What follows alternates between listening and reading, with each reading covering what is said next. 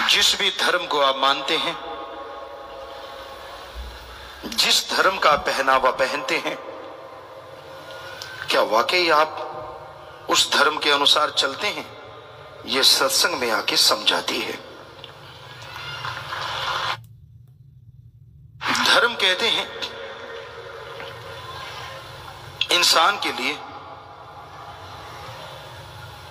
बहुत से कार्य हैं जो रोजाना करने चाहिए, लेकिन दिन की शुरुआत अल्लाह, वाहिगुरु, राम, गॉड की भक्ति, इबादत से करनी चाहिए।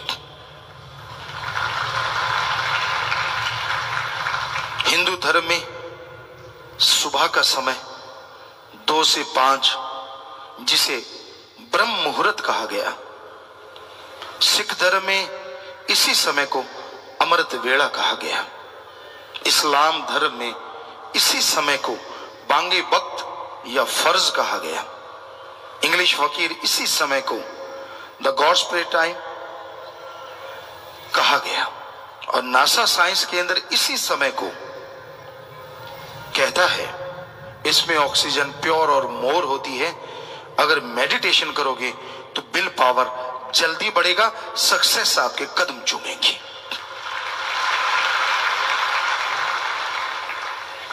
हमने सभी धर्मों को पढ़ा, बचपन से पढ़ते थे। जिस जगह पे रहते राजस्थान में, घर में पवित्र गीता थी, श्री गुरु नानक देव जी महाराज की जन्म साखी, सुंदर गुटका और रामायण, ये पवित्र ग्रंथ घर में हुआ करते। बचपन से हम पढ़ा करते, क्योंकि सभी धर्मों के लोग वहां इकट्ठे रहते थे। तो गुरुजी ने बुलाया तो सभी धर्मों को पढ़ा। लोग हमसे पूछते हैं आप सभी धर्मों को क्यों मानते हो? जैसे अब भी हम बाहर गए, हर कोई कहता था आपका धर्म कौन सा है? हम कह देते थे सभी धर्म, हम सभी को मानते। कहते ये कैसे हो सकता है, एक तो कोई होगा। हमने कहा एक हो तो बताएं। अब बचपन से गुरुजी के चरणों में लगे और उन्होंने बताया सारे धर्म एक हैं, तो हम कैसे कहें हम एक को मानते हैं? हम तो सभी को मानते हैं, सभी का सत्कार करते हैं। मालिक जानता है जन्म से लेके आज तक किसी गुरु, किसी पैगंबर, किसी भगवान के बारे में एक भी अपशब्द हमने कभी नहीं बोला, और ना ही सुनने का कोई मादा रखते हैं। हम कहते हैं जितने भी हमारे गुरु हुए, संत, पीर, पैगंबर, अवतार, महापुरुष, उन्होंने सच लिखा था, सच था, है और आगे भी सच रहेगा। उनकी बात को कोई झुठला नहीं सकता। ये बात अलग है, लोग उनका दिखावा करते हैं, उनके वचनों को नहीं मानते। हम आपको गारंटी देते हैं धर्मों को, इंसान अपने अपने धर्म को, धर्म बदले ना, जिस भी धर्म में आप खुश हैं उसी धर्म में रहिए। पर हम आपको गारंटी देते हैं इस मिनट अगर आप अपने धर्म को मानोगे, दिखावा नहीं, अगर मानोगे तो अगले मिनट इस धरती पे प्यार मोहब्बत की गंगा बहने लगेगी। ये हम गारंटी देते हैं, क्योंकि धर्म में कुछ बुरा है ही नहीं। धर्म में लड़ना गुनाह है। अजी लड़ना छोड़िए, किसी के बारे में गलत बोलना गुनाह है।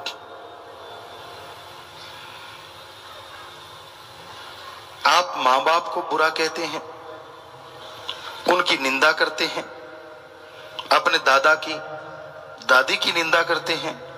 ठीक है वो बुरे कर्म करते होंगे, ठीक है उनका रास्ता सही नहीं होगा, ये बात हम आपकी मान लेते। लेकिन अगर आप उनकी निंदा दूसरों के सामने करते हैं, लोग क्या कहेंगे? आप भी तो उन्हीं का खून है। अगर वो बुरे हैं तो आप अच्छे कहां से हो सकते हैं? कभी सोचा है आपने इस बारे में? इसलिए तो धर्म कहते हैं निंदा भली किसी की नाही, मनमुख मुग्ध करन, मुंह काले तिन निंदका, नरके घोर पवन। गुरु सहवानों के पाक पवित्र वचन। रामायण में क्या लिखा है? पवित्र रामायण में पर निंदा 100 गौ घात समाना। अपने को छोड़ के किसी और की निंदा करते हो, यही गुरु साहबान कह रहे हैं। और यही पवित्र रामायण में भी लिखा है कि अपने को छोड़ के किसी की निंदा करते हो, मनमुख, आप मन के कहने चलने वाले हो, किसी गुरु धर्म को नहीं मानते, मनमुख उसे कहा जाता है। मुग्ध, मूर्ख, करन्न, मुंह काले तिन निंदका, नरके को और पवन। तो फिर आप करते क्यों है? अगर आप धर्म को मानते हैं तो ये बताइए कि किसी दूसरे के बारे में एक भी अपशब्द कहने का हक आपको किसने दिया है? ये आप बताइए। धर्म तो कह रहे हैं निंदा करनी ही नहीं। यही इस्लाम धर्म में आता है, फजूल की बहसबाजी में मत पड़िए, किसी को गलत मत कहिए। और यही ईसाई धर्म में भी आता है, अपने को छोड़ के किसी को बुरा मत कहो। फिर जो इंसान इन बातों को नहीं मानता, आप बताएंगे उनका धर्म कौन सा हो सकता है? धर्मों में तो लिखा है, नहीं लिखा तो बताओ। आप पवित्र, कहीं भी पवित्र ग्रंथों को पढ़ लीजिए, जो हमने बोला वो ज्यों का त्यों लिखा हुआ मिलेगा। बल्कि बहुत से महापुरुषों ने, गुरु साहबानों ने तो इस निंदा के ऊपर एक नहीं कई कई पेज भर रखे हैं, कई कई पेज भर रखे हैं। फिर अगर आप उनको मानते हैं तो आपका तो मतलब ही नहीं बनता कि आप किसी को बुरा कहें, अपने माँ बाप को, अपने बहन भाई को, अपने बच्चों को, किसी को भी नहीं। पर निंदा का मतलब होता है अपने को छोड़ के दूसरों का करना, तो वो पर कहलाता है, पराया कहलाता है। धर्मों में कहीं लिखा नहीं है शराब पियो, कहीं नहीं लिखा। इस्लाम धर्म में लिखा है शर प्लस आप। शर माने शैतान और आप माने पानी। अल्लाह की इबादत करने वालों, शराब शैतान का पानी है, पियोगे की गई इबादत खाक में मिलेगी, दोज़ख में जलोगी। हिंदू महापुरुषों ने साफ साफ पवित्र ग्रंथों में लिखा है। शिव पुराण, विष्णु पुराण में आता है, जब समुद्र मंथन हुआ, जितने भी नशे निकले शराब के साथ, सारे राक्षसों ने पिए। हे हिंदू धर्म के लोगों, शराब पियोगे, नशा करोगे, आपकी जिंदगी राक्षस प्रवृत्ति की बन जाएगी। घर में कलह कलेश, जीवन में बीमारियां, टेंशन, परेशानियां हो जाएंगी। इसलिए शराब मत पियो, नशा मत करो। सिख धर्म में गुरु साहबानों के पवित्र वचन,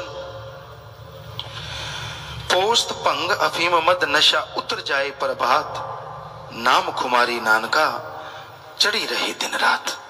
पोस्त, भांग, अफीम, शराब, जितने नशे सुबह के शाम, शाम के सुबह उतर जाते हैं। अरे नशा करना है तो अल्लाह वाहिगुरु राम के नाम का करो, जो एक बार चढ़ गया दोनों जहान में नहीं उतरेगा और मस्ती से माला माल रखेगा। ईसाई धर्म में आता है, वो ड्रग, वो नशा कभी ना लो जो गॉड से दूर करे, गॉड्स प्रेयर का नशा करो जो गॉड के करीब करे। बताइए कौन से धर्म में लिखा कि ठेके खोल लो? जब हम सच्ची बात कह देते हैं तो फिर मिर्ची लगती है, करें तो क्या करें? या तो बताओ धर्मों में ये लिखा है कि नहीं? अगर लिखा है तो आपके गांव में, शहर में कौन लोग रहते हैं? क्या हिंदू, क्या मुस्लिम, क्या सिख, क्या ईसाई? इनमें से नहीं रहते, इन्हीं में से रहते हैं ना। तो फिर आपकी दुकानें क्यों खुली हैं नशे की? आपके शहर में, आपके गांव में, जब धर्म तो चारों कह रहे हैं कि नशा पीना नहीं, नशा खाना नहीं, नशा लेना नहीं, और लाइनें किसकी लगी होती हैं जरा देखना, वहां कौन खड़े होते हैं? इन्हीं धर्मों वाले। हम आपको एक सच्ची घटना बताते हैं, राजस्थान के श्री गंगानगर साइड की। यहां हम रहा करते, राजस्थान सूरतगढ़ में। तो हम गाड़ी लेके जा रहे थे, एक ठेका था शराब का। गाड़ी वहां हम्प वगैरह थे, धीरे की एक गाड़ी खड़ी थी वहां, और उसके ऊपर लिखा था नाम खुमारी नानका चढ़ी रहे दिन रात। हमने निगाह मारी, यार ये ठेके के आगे गाड़ी और गुरु साहबानों के पवित्र वचन। हमने गाड़ी रोक दी, हम अंदर गए ठेके में, हमने कहा ये गाड़ी किसकी है? तो एक आदमी शराब का पैग ले रहा था, कहता मेरी है। हमने कहा यार हम तो कुछ नहीं ले रहा, लेकिन आपकी गाड़ी के ऊपर बहुत सुंदर दोहा लिखा है। क्या लिखा है? कहता पोस्त पंगा भी मत नशा उतर जाए प्रभात, नाम कुमारी नानका चढ़ी रही दिन रात। हमने कहा आपको पता है इसका मतलब क्या है? कहता पता है। तो फिर शराब क्यों पी रहे हो? अब सुनिए ढीठ पने का जवाब। कहने लगा यार जो बाबे ने लिखी है पता नहीं कदों चढ़ूगी। हाँ हाथ च पै गया चढ़ा लांगे, काटो फुल्ला दे खेडूगी। वाह मां दे पुता, फिर लिखवाया क्यों है? जरूरी सी? तो वो बहुत शर्मिंदा हुआ। तो ये अलग बात है कि ऐसे लोग मानते नहीं है। आप कभी भी देख लेना, ट्रकों पे बसों पे गुरु साहबानों के, संतों के, ऋषि मुनियों के बड़े पवित्र वचन लिखे होते हैं। ऐसे लगता है यार ज्ञानी जी जा रहे हैं, और पास जाओगे ऐसे सड़ांस मारती है जैसे भोग में मार रही हो। इतनी बदबू, शराब नशा कर रखा होता है। कहीं बहुत जगह देखा है हमने, आप भी आजमा के देख लेना, बहुत जगह देखा है। तो ये क्या है? ये धर्मों को मानना है या धर्म की खिल्ली उड़ाना है? जरा बताइए। लोग क्या कहेंगे? ये सिखाता है आपका धर्म, ये सिखाता है आपका मजहब। हम सारी दुनिया से नहीं, अपने देश के इन धर्म को मानने वाले सज्जनों से पूछते हैं क्या धर्मों में जो लिखा है वो सही है? हाँ आप कह रहे हैं वो सही है। अगर वो सही है तो क्या ठेके, शराब की दुकानें, पोस्त अफीम की दुकानें, चाहे वो परमिट लेके खुली हो, क्या वो आपके गांव शहर में खुलनी चाहिए धर्मानुसार? नहीं खुलनी चाहिए। सही कह रहे हैं आप। तो क्या वाकई नहीं है? क्या वाकई खुली हुई नहीं? क्या वाकई वहां आपके शहरों में, आपके गांवों में दुकानें नहीं है? है, बहुत है, बहुत है। सोचने वाली बात है कि धर्म को मानते हैं आप, धर्म का पहनावा पहनते हैं आप, फिर आपका धर्म क्या सो गया? आप बंद क्यों नहीं करवाते? करवानी चाहिए। जो भी जायज तरीका है, ना झगड़ो, ना लड़ो, ना बुरा कहो, पर फर्ज तो बनता है ना कि हमारा धर्म कह रहा है, हमारा धर्म इजाजत नहीं दे रहा, हम नहीं नशे की दुकानें खुलने देंगे। और दूसरी बात, आज चलो दुकान खोल ली, आप कहते हो जी यार कौन झगड़ा करे, ठीक है आप इतना तो कर सकते हो, बारी बारी से अपने गांव में, शहर में एक पहरा बिठा लें सभी लोग मिलके, पंचायत, कि भाई इस दुकान पे किसी को जाने नहीं देना, देखते कितने दिन खुली रहेगी। कुछ तो करो। जब धर्म का दिखावा करना हो, ये कर वो कर, बड़े टूटियां शूटियां लगा दिखाना कि मैं यार, मेरे को देख के लोग समझ जाए मैं कौन हूं। मजा तो तब है जब धर्म का कर्म भी करके दिखाओ, मजा आ जाएगी कि वाकई आप कौन है, लोग अपने आप ही पता चल जाएगा यार ये है सच्चा धर्म को मानने वाला। तो भाई सच्ची बात कड़वी तो होती है, पर हम क्या करें, सत्संग में सच बोलना पड़ता है। तो ये सच ना हो तो हम सत्संग नहीं करेंगे कभी भी। अगर आपको लगता है कि ये सच नहीं है तो ये सच है, लेकिन जब सुनना पड़ता है ना सच, कड़वा बहुत लगता है, बुरा लगता है। हम किसी भी धर्म की निंदा कभी जिंदगी में, जब से जन्म लिया है मालिक जानता है, सोचा नहीं। निंदा करनी तो बहुत दूर की बात है, मालिक जानते हैं। हर धर्म को मानते हैं, इज्जत करते हैं उन महापुरुषों की, संत पीर पैगंबरों की। हम तो खाकसार हैं, चौकीदार हैं, सेवादार हैं। चौकीदार रात को हुक्का मारता, हम वो चौकीदार हैं दिन रात आवाज देते रहते, अरे जाग जाओ, अरे धर्म को मान लो, अरे सुख मिलेगा, शांति मिलेगी। हाथ जोड़ जोड़ के प्रार्थना करते हैं। और ऐसा तो कोई सेवादार कर सकता है, चौकीदारी कर सकता है, तो वो हम तो करते रहते हैं। हम अपनी कोई बढ़ाई नहीं देते, पर आपको फिर भी बुरा लगता है तो क्या किया जा सकता है, क्योंकि राम नाम का डंका बजाना फकीर का काम होता है। लोगों को सचेत करना रूहानी सूफी संत का काम होता है। जैसा टाइम चल रहा है उसके अकॉर्डिंग व्याख्या करना, उसके अकॉर्डिंग लोगों को समझाना। गू का मतलब होता है अंधकार और रू का मतलब होता है प्रकाश। रूहानी सूफी गुरु पीर फकीर क्या सिखाते हैं कि जो अज्ञानता रूपी अंधकार में ज्ञान रूपी दीपक जला दे, वो सच्चा पीर फकीर गुरु होता है। तो भाई हमारा काम आपको आवाज देना है। आप जागो ना जागो आप मर्जी के मालिक हैं। जैसे एक फिर उदाहरण याद आ गया। एक आदमी था, पुराने समय की बात, तो उस समय घोड़े होते थे, ऊंट होते थे, बैल होते थे। तो वो घोड़ा लेके गया खेत में, तो चने लेके आ रहा था वो। एक आदमी का खेत साथ में था, उसने देखा घोड़े के ऊपर एक छाटी डाल रखी है, बोरा कहते पंजाबी च, पुराने टाइम में बोरा छाटी जो भी, जिसमें वजन डाला जाता है। तो वो एक तसला भरता चने का एक साइड में डाल देता, एक रेते का भरता दूसरी साइड में डाल देता। ऐसे दो ऐसे बने होते हैं घोड़े के ऊपर, जैसे ये घोड़ा ऐसे रख देते हैं, एक इधर डाल देता एक इधर की। जिमीदार दूसरा देख रहा था, वो उसके पास गया, कहने लगा यार ये क्या कर रहा है, रेता क्यों डाल रहा है?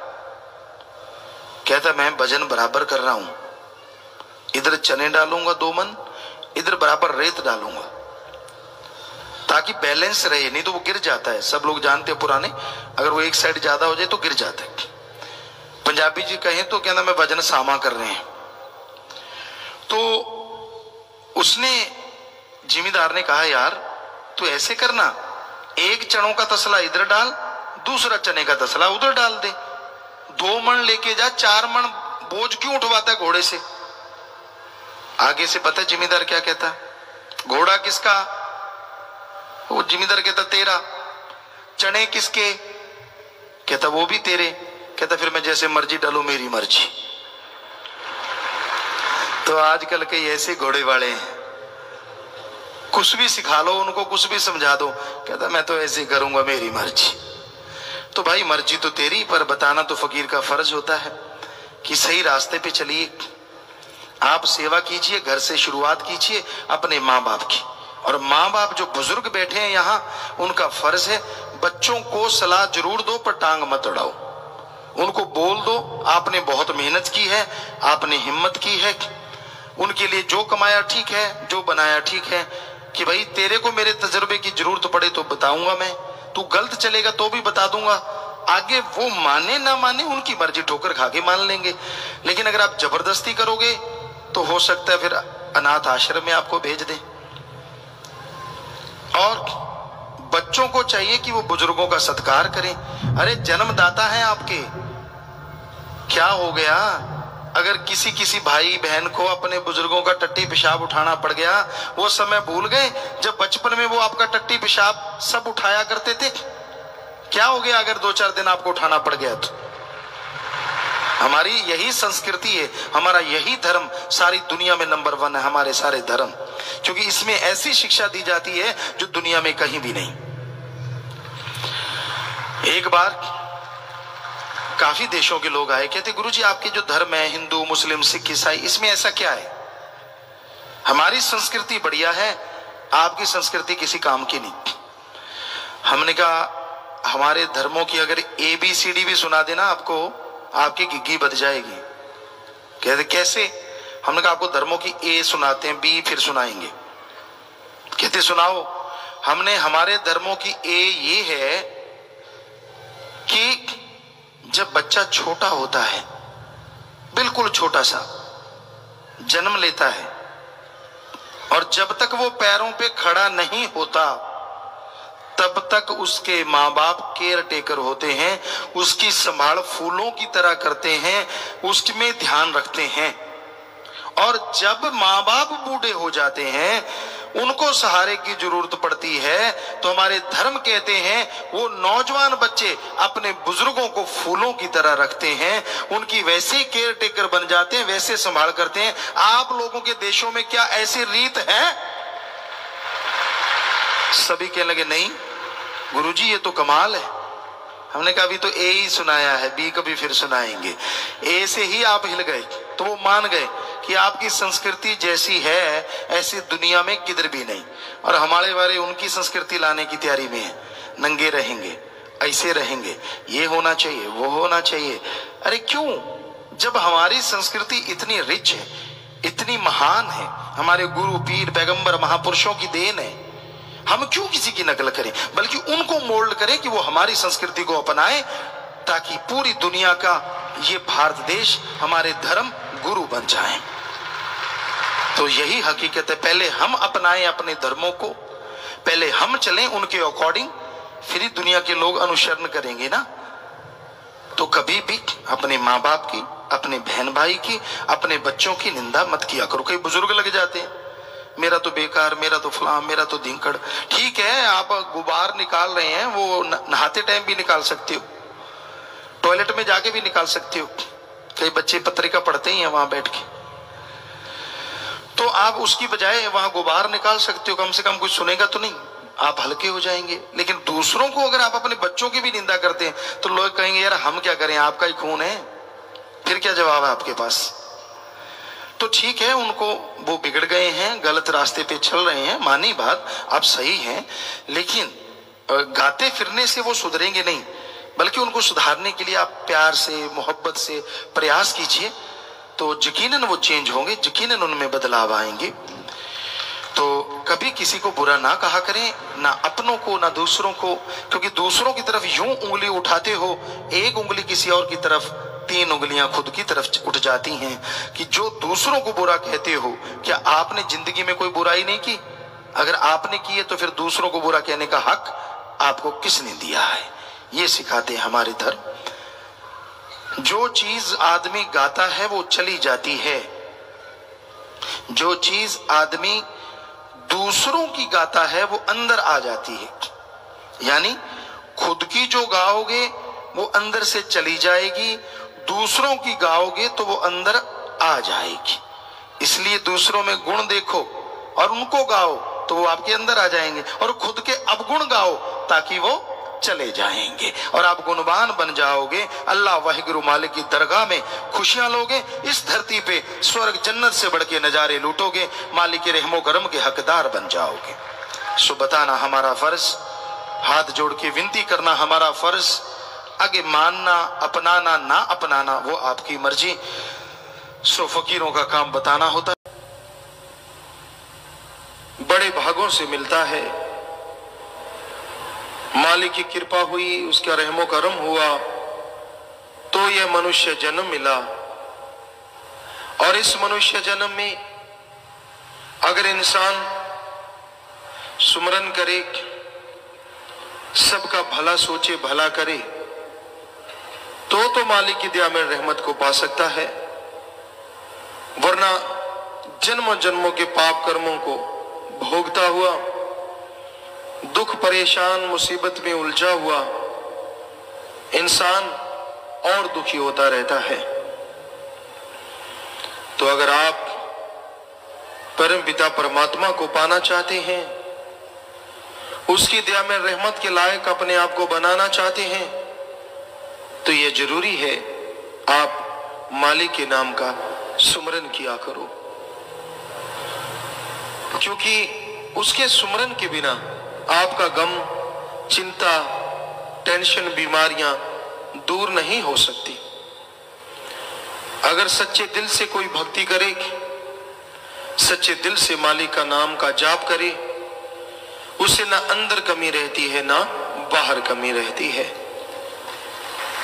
मालिक अपनी दया में रहमत से, मालिक अपनी कृपा दृष्टि से हमेशा उसे नवाजते रहते हैं, माला माल करते रहते हैं।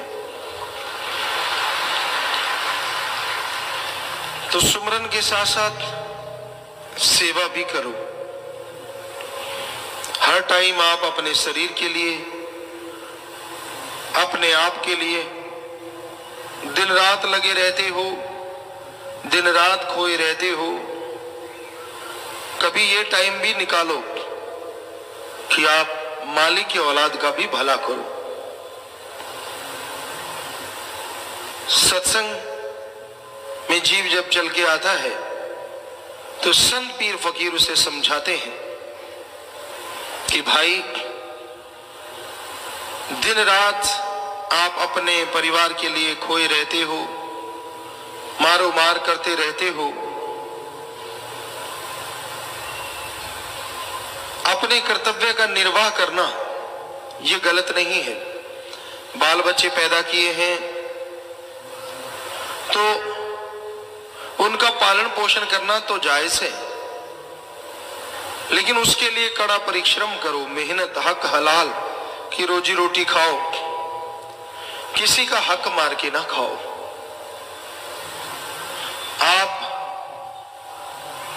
जब पाप, ठगी, बेईमानी, भ्रष्टाचार में लिप्त हो जाते हैं, उससे दौलत जल्दी आती है, पैसा जल्दी आता है, लेकिन ये नहीं कि ये आपके कार्य सही है। ऐसा कर्म करना हर धर्म में मना है, पाप है, गुनाह है। पर यह सोची इंसान को तब आती है जब ठोकर लगती है। कोई मुसीबत सिर पे टूट पड़ती है, कोई तकलीफ आती है, कोई परेशानी आती है, तो एक बार समझ आती कि मैं गलत कर्म की इस वजह से है। हमने ये आजमाया है। दूसरों को देख के इंसान कम ही समझते हैं। किसी के साथ कैसा भी कुछ हुआ हो, उसकी तरफ ध्यान नहीं देते। जब तक खुद पे ठोकर नहीं लगती, तब तक कई ढीठ काबू नहीं आते। तो राम समझाने वाला है, उसकी मर्जी। हमारा तो काम लोगों को समझाना है, मान जाओ। क्यों उड़ीक रहे हो कि आपके पाप कर्मों का फल आपको भोगना पड़े, तभी समझोगे, तभी आपको अकल आएगी। बल्कि मन के हाथों मजबूर ढीठ लोग दिखाते हैं पीर फकीर को कि मैं नहीं मानता, करना जो करो, हमने थोड़ी ना किसी का बुरा करना है। हम तो मालिक से हमेशा सबके लिए दुआ में हाथ फैलाते हैं। करेंगे आपके कर्म जो आप कर रहे हो। टाइम ज्यादा नहीं, जरूर मालिक जल्दी दिखाएंगे, लेकिन फिर चिल्लाना मत, फिर तड़फोगे, व्याकुल होगे, फिर दोष देते हो अल्लाह को, वाहिगुरु को, सतगुरु मौला को। तो अपने कर्मों की वजह से इंसान मरता है। किसी पीर फकीर के बद्दुआ नहीं देते पीर फकीर, या किसी दूसरे के कहने से कुछ नहीं होता। जब पाप कर्म करोगे, जब बुरे कर्म करोगे, कुदरत के असूलों के उल्ट चलोगे, तो आपको भोगना तो पड़ेगा ना। देर सवेर टाइम आने वाला है, अपने आप को उसके लिए तैयार रखो। अगर आप बुरे कर्मों पे उतारू हैं, आपका मन इतना ढीठ हो ही चुका है कि मैं किसी पीर फकीर की नहीं सुनता, मुझे कौन रोक के दिखाए, तो ठीक है, वो राम फिर जब रोकेगा तू चले तो क्या हिला नहीं जाएगा। सो मालिक ऐसा ना करे, पर क्या किया जाए, जैसे कर्म वैसा फल तो जीव को भोगना ही पड़ता है। इसलिए बुरे कर्मों से बाज आओ, बुरे कर्मों से तौबा करो। जब तक आपको होश है, बुरे कामों से तौबा कर डालोगे तो पिछले जन्मों के किए बुरे कर्म भी जल्दी कट जाएंगे, और इस जन्म के भी पाप कर्म जलते देर नहीं लगेगी। पर संभल जाओ ठोकर लगने से पहले पहले। किसी का कुछ नहीं जाएगा, जिसको हेंगड़ी दिखाते हो उनका क्या जाना है, उन्होंने तो कुछ नहीं कहना। जाएगा तो बुरे कर्म करने वाले का। तड़फोगे तो आप वैसे कर्म ना करो जिससे आपको तड़पना पड़े। इतने मन के अहंकारी ना बनो कि लेने के देने पड़े। अपने मन जालिम से लड़ो, सुमरन के द्वारा, भक्ति के द्वारा। यहां तक संभव हो सत्संग सुन के अमल करना सीखो। जब तक जीव सुन के अमल नहीं करता, उसे खुशियां नहीं मिलती। कोई एक धार्मिक जगह पे गया सज्जन, उसे लेके गया जो वहां धार्मिक जगह पे रहता था, रोजाना सुबह शाम मालिक की चर्चा सुनता था। तो जो नया आदमी सुनने आया, उसको पसीने आ गए। तो जो वहां रहने वाला था वो पूछने लगा, यार तू पसीने से क्यों नहाया हुआ है, क्या हो गया तुझे? कहता, यार संत ऋषि मुनि गुरु पीर फकीर की वाणी तो बड़े कस कस के जूते मार रही है, बड़ा जबरदस्त तरीके से समझा रहे हैं, बड़े कड़े वचन है। मेरा तो सुन सुन के सब कुछ हिल गया, पसीने आ गए, मैं तो कांप गया। तो वो ढीठ पता क्या कहने लगा, क्योंकि ऐसे ढीठों की आज भी कमी नहीं। क्या कहने लगा? कहता, बस एक दिन में हो गया, हमें देख सुबह शाम सुनते हैं, कोई परवाही नहीं। वाकई कई इतने ढीठ होते हैं, उनको कोई असर नहीं होता। होगा तब जब ऐसी भयानक मार पड़ी कि सिर्फ बता पाएंगे, कर नहीं पाएंगे कुछ। तो मालिक ऐसा रंग जो उसका है वो बरसता है, जिससे जीव संभल जाए, जिससे जीव बदल जाए। आगे जीव की मर्जी है।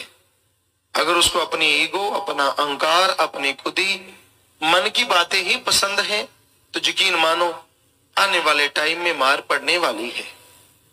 और अगर वो मन का सामना करके बुराइयों से तौबा कर लेता है, बुराइयां छोड़ देता है, तो यकीनन वो अपने पाप कर्मों से बच सकता है और मालिक की कृपा दृष्टि के काबिल बन सकता है।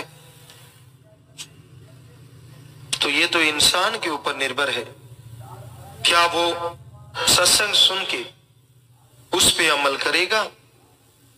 क्या सत्संग सुन के अपने जीवन को सुधारने की कोशिश करेगा?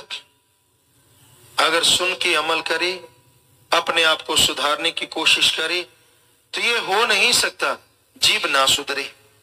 आप घर गृहस्थ में रहते हुए, घर परिवार में रहते हुए अपने आप को सुधार सकते हैं। ये जरूरी नहीं है कि घर बार छोड़ के जंगलों में जाने से मालिक मिलता है। हाँ, ये सच है कि इस कलयुग में कोई सच्चा त्यागी बने, सब कुछ छोड़ के सिर्फ अल्लाह वाहिगुरु मालिक की भक्ति, उसकी औलाद का भला करने का संकल्प ले, ऐसा जीवन तो किसी भी त्रिलोकियों में, दोनों जहान में भी कहीं नहीं होता। उसके सैकड़े हजारों कुलों का उद्धार जब वो ओढ़ निभा के जाता है, करके चला जाता है, ऐसा जीवन तो कहीं है ही नहीं। पर सच्चा त्यागी बने, संत वचनों को पूरा 100% माने। जब सारा संसार त्याग ही दिया, दुनिया की निगाह में ही सही त्यागी तो हो गए, तो सच्चे त्यागी बनो। त्याग दो उन बुराइयों को जिनमें मन लिप्त है, त्याग दो उन बुरी आदतों को जिनकी वजह से आप सादगी में भी शैतान हैं। त्याग दो उन रास्तों को जिन पे चलने से आपके लिए दलदल तैयार है। त्यागो अपने अंदर के उन भाव, उन विचारों को जिनकी वजह से आप दुख पाने वाले हैं। तो ये त्यागना कोई आसान काम नहीं है। अपने अंदर के विचारों को त्यागने के लिए, अपने अंदर के भाव बदलने के लिए निरंतर सुमरण जरूरी है। सुबह शाम सुमन करना होगा, भक्ति इबादत में लगना होगा। जो सुबह शाम मालिक की बंदगी करेंगे, वचनों पे अमल करेंगे, वही अपने विचारों से लड़ सकते हैं, वही अपनी गंदी आदतों को छोड़ सकते हैं।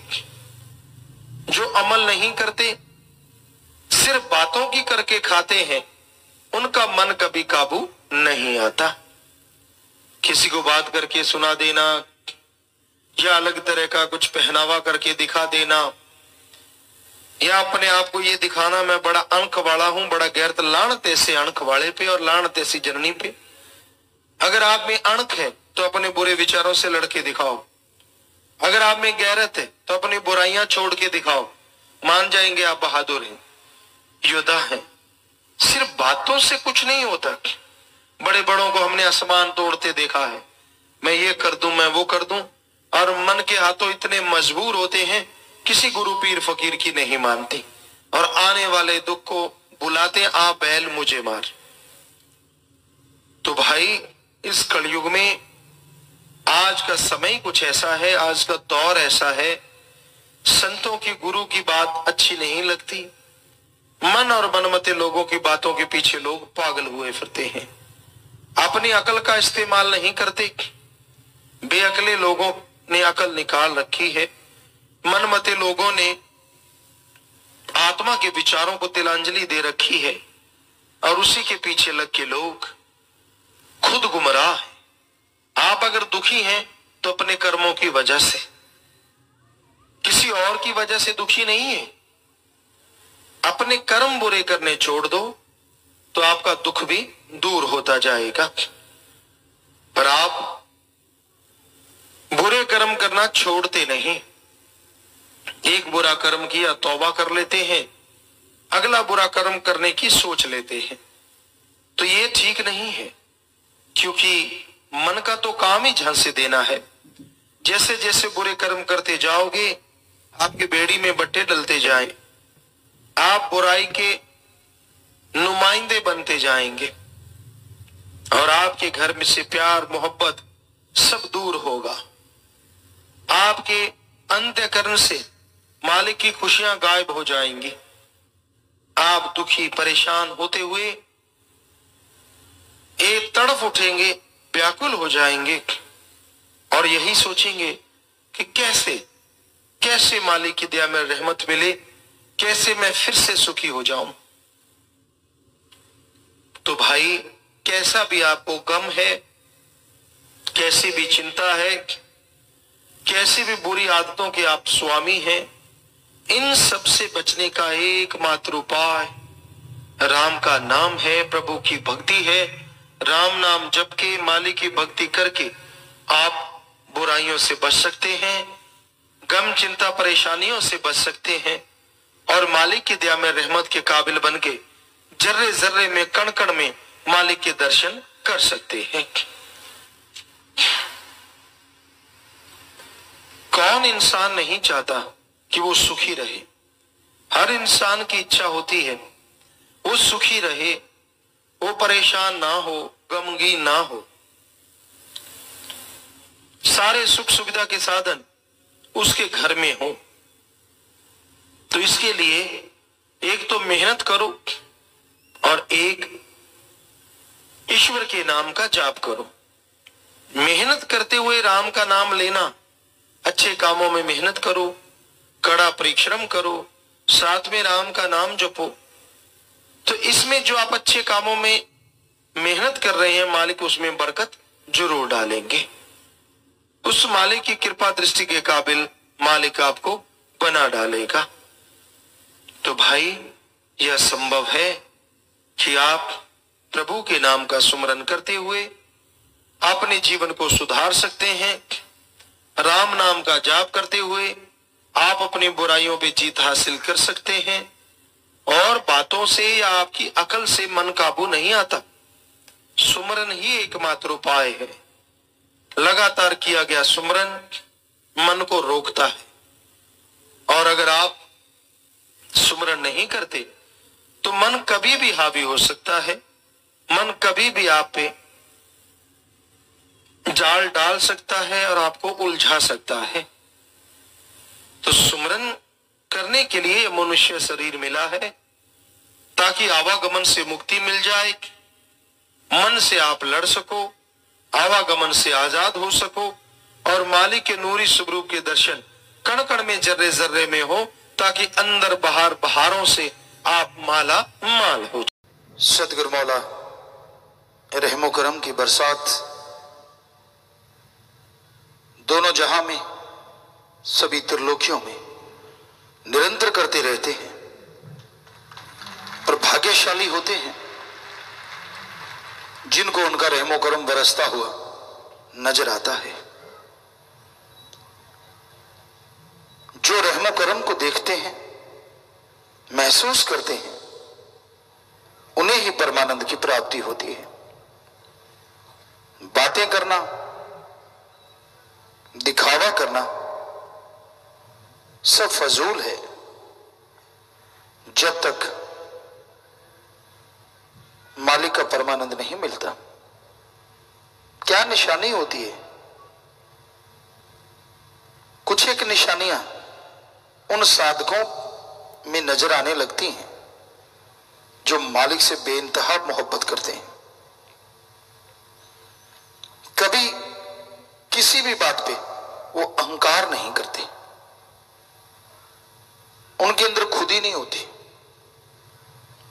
मालिक चाहे कितनी भी उनकी कार सवारे या उनके द्वारा कार सवारे, उनमें कभी ये मैं तो आती ही नहीं कि मैंने किया, मैंने वो किया, मैंने ये किया। सब अपने सतगुरु मौला पे छोड़ते हैं। वो मालिक के रजा को सर्वोपरि मानते हैं। कभी गुस्सा नहीं आता, भक्त जन को। संत पीर फकीर के लोग सोचते हैं उनको गुस्सा क्यों आ जाता है।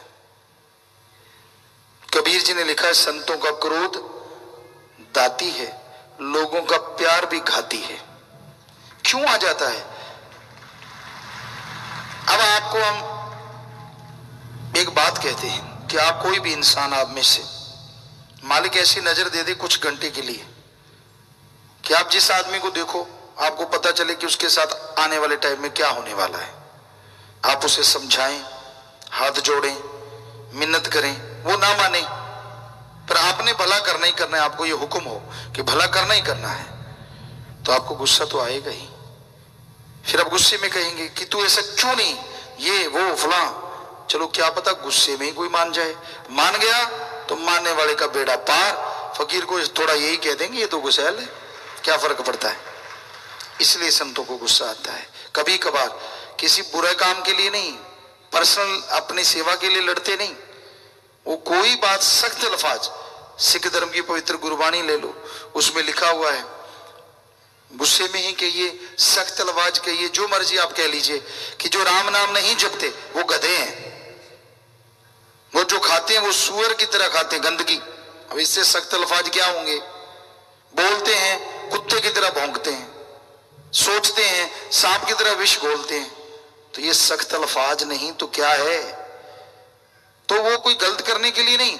जब गुरुओं ने देखा कि ये तो मानते ही नहीं, हमारी बात समझते ही नहीं, तो बोला कि आप राम अल्लाह वाहिगुरु की याद के बिना जो खाते हो वो सूअर की तरह गंदगी का भोग लगाते हो। परमात्मा के बिना जो सोचते ही रहते हो, प्लानिंग चलती रहती है दिमाग में, वो सांप की तरह विष घोलते हो। मालिक की याद के बिना जो बोलते हो वो कुत्ते की तरह भौंकते रहते हो, काग की तरह कर्कश बोलते हो,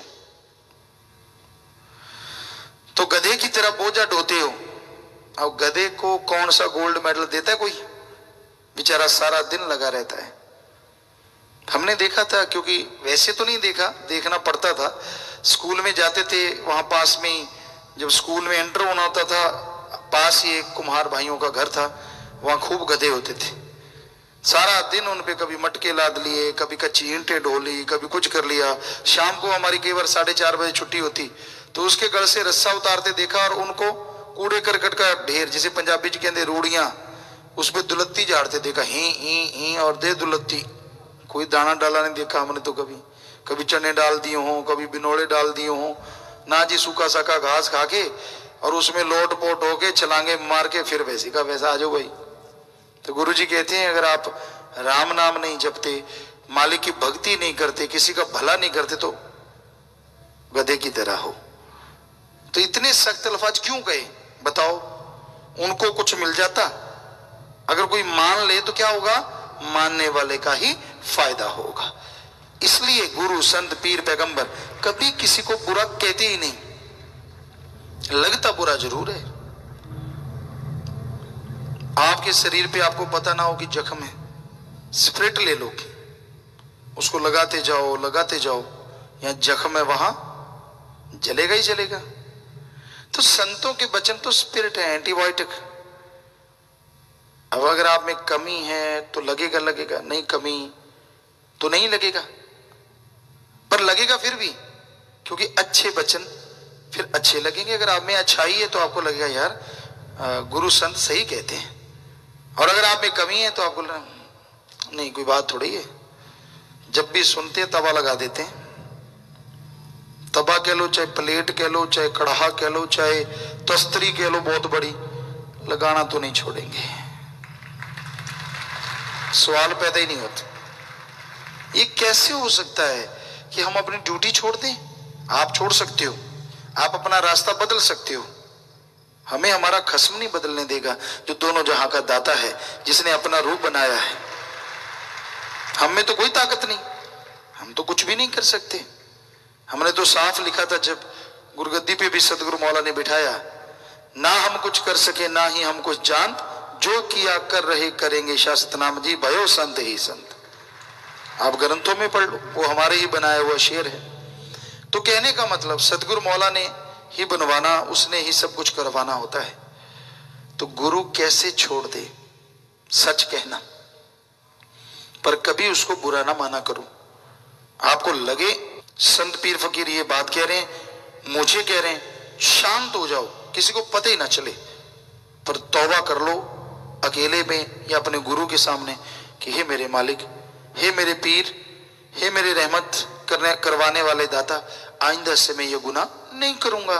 तो फिर वैसी बात आपको कभी पीड़ होगी ही नहीं, दर्द होगा ही नहीं। तो ये तो बात है कलयुग के शिष्यों की। गुरु सोच के बोले, और गुरु कहता है पहले तोलो फिर बोलो। वो शिष्यों को कहता है कि आप कभी भी समाज में रहते हो, कुछ भी कहते हो, आप पहले तोलो, उसको तोल लो और फिर बोलो, ताकि आपका कोई गलत असर ना हो।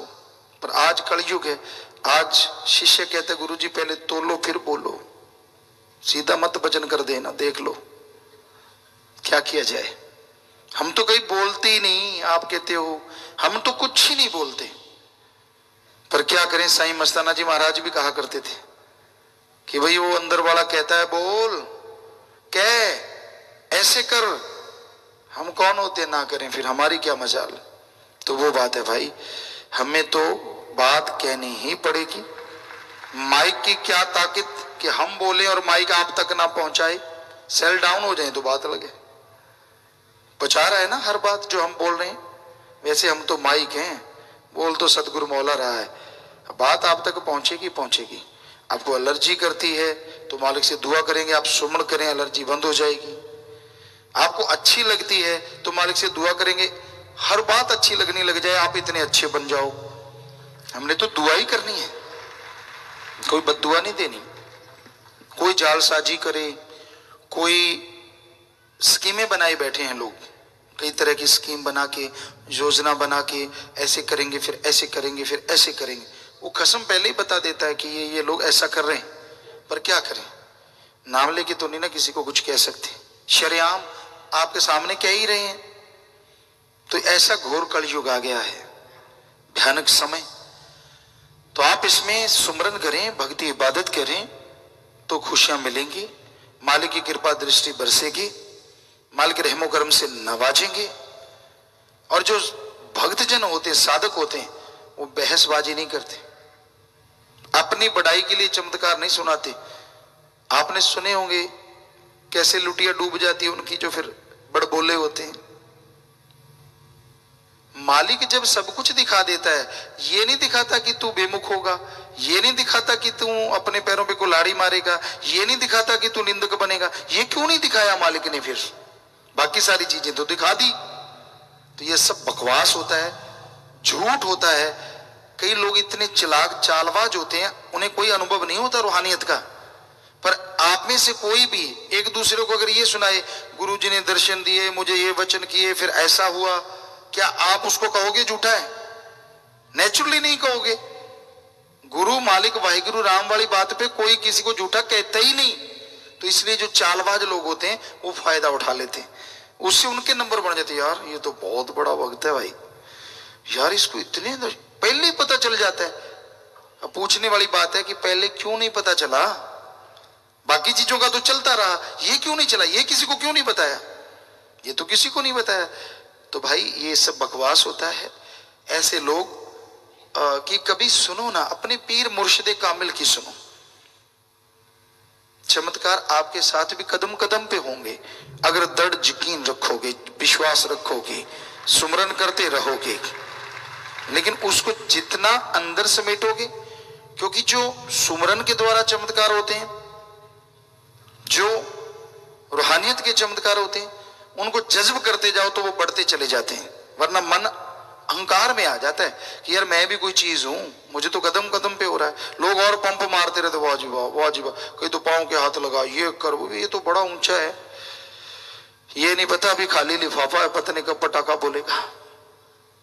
तो इसलिए भाई ऊंचा तो एक ही है, अल्लाह वाहिगुरु राम सतगुरु दाता। किसी को उसके सम कभी ना मानो, चाहे कोई भी आ जाए। साईं मस्ताना जी महाराज कहते, चाहे कोई गोल्ड का, सोने का बन के आ जाए, हीरे जवाहरत का बन के आ जाए, पर मालिक सतगुरु तो सतगुरु है। बराबर ना मान बैठना। बराबर तो क्या, आपको क्या पता कौन पहुंचा हुआ है, कोई पता नहीं चलता। पहुंची हुई की निशानियां आपको बता दी। शांत स्वभाव है, गुस्सा नहीं आता, और मालिक का नाम जपता है। कोई पूछे कि भाई क्या नजारे आते हैं, तो उसका यही कथन होता है, सुमरण कर भाई, मुझे आए तुझे भी आएंगे, मेरा गुरु वो तेरा भी वो मुझे दिखाता है तुझे भी दिखाएगा। बल्कि ये नहीं कहेगा मैं सुनाता हूं ऐसा वैसा। नाम दिलाने के लिए कोई किसी को ऐसी बात सुना दे, गिरते हुए यकीन को सही लाने के लिए अपने साथ हुई मालिक की रहमो करम को बता दे और उसको संभाल दे, तो उसकी तो सेवा बन गई। पर बात बात पे सुनाना, अपनी बड़ाई करना है। लोग अपनी बड़ाई करते हैं, मैंने कहा था हुआ ना, मैंने ऐसे बोला था हो गया ना। फिर ये कहो कि मालिक ने कर दिया, हो कैसे गया, उसकी रहमत से हो गया। तो प्यारी साध संगतियों, साधक जो होते हैं वो साध लेते हैं अपने शरीर को, चेहरे पे नूर। नूर का मतलब सफेद रंग नहीं होता, एक अलग आभा होती है। चाहे वो काला रंग है, चाहे गेहूं जैसा है या बिल्कुल गोरा है, उसका एक नूर होता है जो कशिश होती है। जैसे चुंबक लोहे को खींच लेती है, ऐसे उसके चेहरे को देखो तो वो अपनी तरफ खींच लेता है। अट्रैक्शन बहुत जबरदस्त होता है। तो वो समझो भक्त है। पर इसका मतलब ये नहीं कि उसको पूजो, उसको पूजो जिसका वो भक्त है, क्योंकि उसका अपना कुछ भी नहीं है। नूर आ गया, सुरूर आ गया, कुछ भी आ गया, आया किसकी वजह से? आया तो सदगुरु मौला की वजह से। तो फिर उसको पूजने की क्या जरूरत? वो जाट की तरह अकबर को उसने बोला, कहता तू मांग रहा है, मांगते से क्या मांगू, उससे ना मांगू जिससे राजा महाराजा मांग रहा है। तो वो बड़ी बात है भाई, किसी का नूर देके आशिक ना हो जाओ। अपने गुरु सतगुरु पे यकीन रखो, क्योंकि उससे ही उसको मिला सब कुछ। तो वो आपको क्या दे देगा जिसने किसी और से लिया है? तो उसी से मांगो, अपने सतगुरु मौला दाता रहबर